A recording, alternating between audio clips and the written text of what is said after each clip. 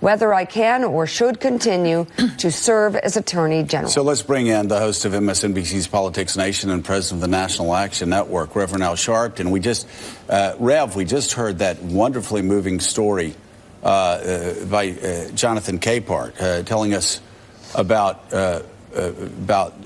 George Wallace, the segregationist of all, the end-all segregationist, begging for forgiveness, seeking atonement from those he harmed. And I wonder, is there a place for that forgiveness here? You look at Herring's statement, the AG, and you almost think if Northam had been able to do that on Saturday in the press conference and convinced the black voters that elected him that he understood the pain that he caused, instead of smirking about moonwalking, we may not still be talking about this today. Well, what did you think of the apology? I think that Herring certainly set a right tone. The question is, does forgiveness come before or after you have done something to demonstrate the sincerity of your apology?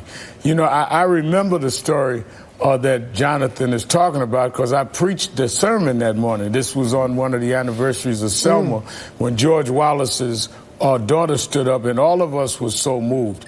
And let me say, all of us have said or done things that we feel was over the line. I've used racial language, even the N-word that I had to apologize for.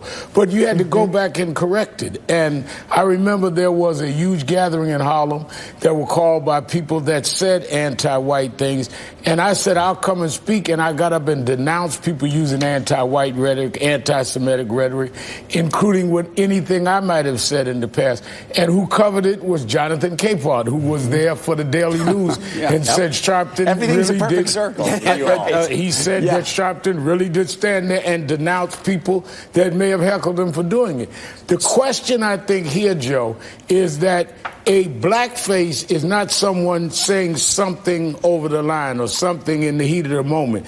It is an intentional display of dehumanizing and mocking a race.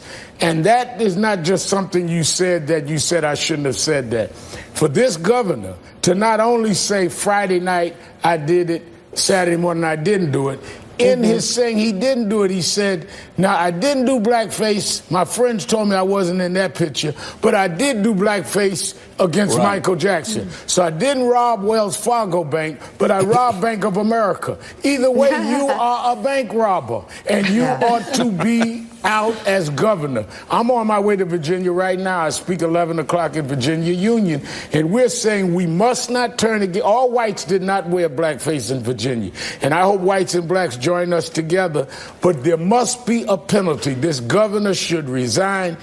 Ertel in Florida, Joe, your home state, Secretary of State appointed by DeSantis, who many of us felt used race in his campaign against Andrew Gillum.